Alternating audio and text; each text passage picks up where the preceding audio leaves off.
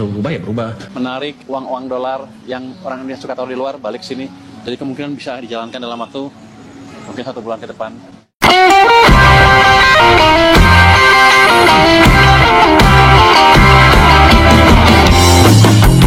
Di menara-menara kaca Singapura, di balik brankas digital yang terkunci rapat, sebuah harta karun raksasa milik Indonesia telah lama bersemayam. Ini bukan dongeng. Ini adalah realita triliunan rupiah, miliaran dolar Amerika, yang dikumpulkan oleh para konglomerat pengusaha orang super kaya Indonesia. Dana ini tertawan dalam sebuah sistem yang menjanjikan keamanan dan kerahasiaan, jauh dari hiruk-pikuk ekonomi dan politik tanah air. Angka pastinya selalu menjadi misteri.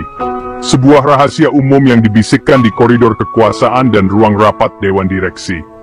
Perkiraannya selalu mencengangkan, cukup untuk membiayai infrastruktur 1 dekade, atau melunasi sebagian utang negara. Selama bertahun-tahun, dana ini menjadi semacam hantu bagi perekonomian Indonesia. Keberadaannya terasa, namun wujudnya tak tersentuh. Para ekonom hanya bisa berteori tentang jika saja dana itu kembali. Jika saja modal sebesar itu bisa diputar untuk jalan tol di Sumatera, pabrik di Jawa Tengah, startup teknologi di Jakarta. Namun, ia tetap berada di seberang selat, hanya beberapa ratus kilometer jauhnya. Namun terasa seperti di dunia lain. Dana tersebut menjadi simbol ketidakpercayaan, cerminan dari keraguan pemilik modal terhadap stabilitas rumah mereka sendiri. Ia adalah saksi bisu dari krisis-krisis masa lalu dan ketidakpastian masa depan. Kondisi ini menciptakan sebuah ironi yang menyakitkan.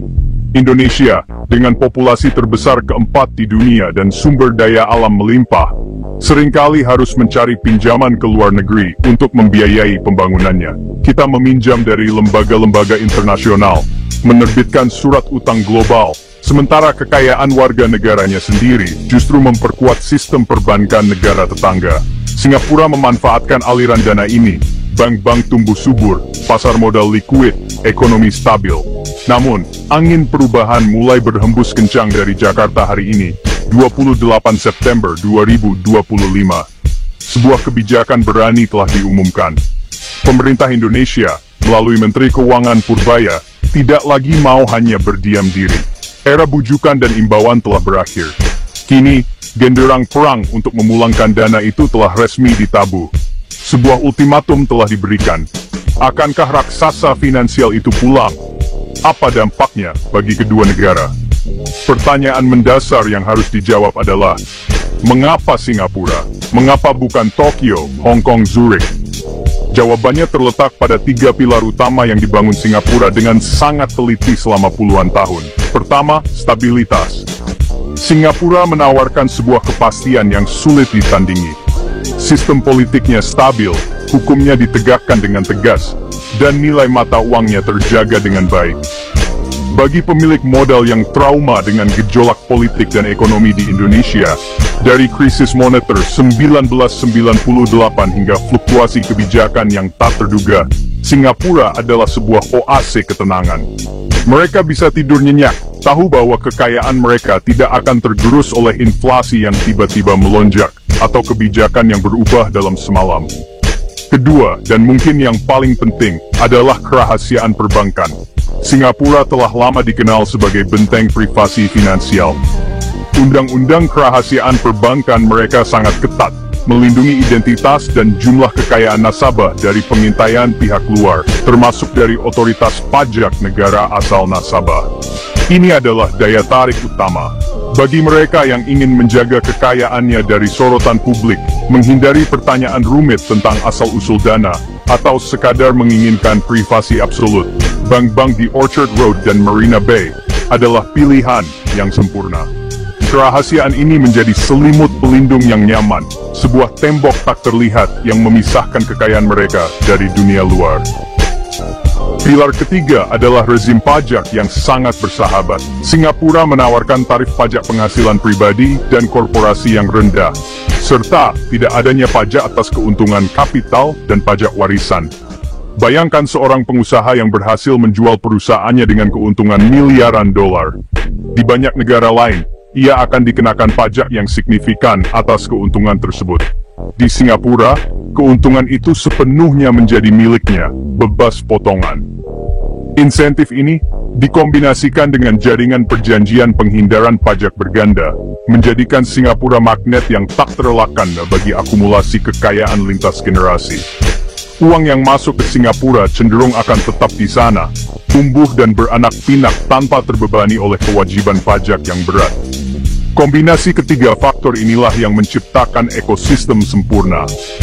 Jarak yang dekat hanya bonus. Hubungan ini telah berlangsung begitu lama, sehingga menjadi sebuah kenormalan. Namun, kenormalan inilah yang ingin didobrak oleh pemerintah Indonesia. Ketika negara membutuhkan setiap sen untuk mendorong roda pembangunannya sendiri. Di tengah kebutuhan mendesak untuk pendanaan domestik, muncullah sosok Menteri Keuangan Purbaya, berdiri di podium dengan bendera merah putih digambarkan sebagai teknokrat pragmatis dan berani mengambil risiko. Ia menolak program pengampunan pajak yang sifatnya sementara. Lahir kebijakan repatriasi dana yang komprehensif dan tegas, bukan sekadar imbauan. Ini paket insentif plus konsekuensi. Pengumuman pertengahan 2025 mengguncang bisnis di Jakarta dan di Singapura. Tujuan jelas, memperkuat fondasi ekonomi dari dalam. Pertama, menarik kembali likuiditas dolar ke sistem domestik. Membawa pulang miliaran dolar menebalkan cadangan devisa, memberi Bank Indonesia lebih banyak amunisi untuk stabilkan rupiah. Kedua, memperdalam pasar keuangan dalam negeri. Dana tak hanya mengendap di rekening bank, mengalir ke pasar saham, pasar obligasi, investasi sektor real, menciptakan efek berganda bagi ekonomi. Kebijakan dirancang cermat. Di satu sisi, karpet merah untuk dana yang pulang, pembebasan pajak selama periode tertentu, kemudahan regulasi untuk investasi, surat berharga negara, proyek infrastruktur strategis, dana investasi real estate, jaminan kerahasiaan data dari otoritas pajak untuk periode awal. Itu gula, namun ada cambuk, penegakan hukum pajak lebih agresif, memanfaatkan perjanjian pertukaran informasi otomatis global. Era bermain petak umpet berakhir, pesan tegas dari Menko Purbaya. Pemerintah ingin membangun kemandirian finansial, kami tidak meminta, kami menata ulang aturan main. Risiko ada, langkah ini bisa memicu pelarian modal ke yurisdiksi lebih rahasia.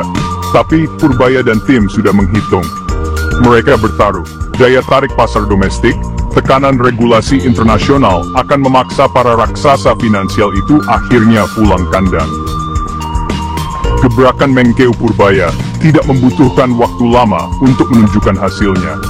Dalam beberapa bulan setelah kebijakan diumumkan dan periode repatriasi dimulai, efek positif mulai terasa deras di seluruh penjuru ekonomi Indonesia. Dampak yang paling cepat terlihat adalah pada nilai tukar rupiah.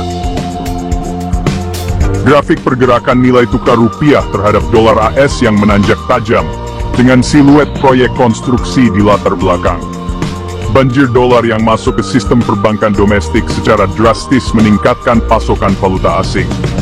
Rupiah, yang selama ini seringkali berada di bawah tekanan, tiba-tiba menunjukkan taringnya.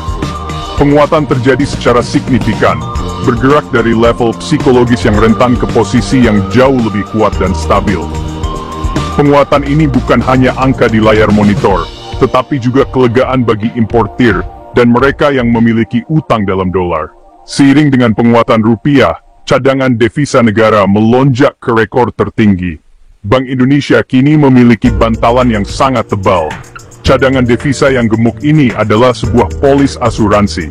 Ia meningkatkan kepercayaan investor global terhadap fundamental ekonomi Indonesia, menurunkan risiko negara, membuat biaya pinjaman pemerintah di pasar internasional menjadi lebih murah.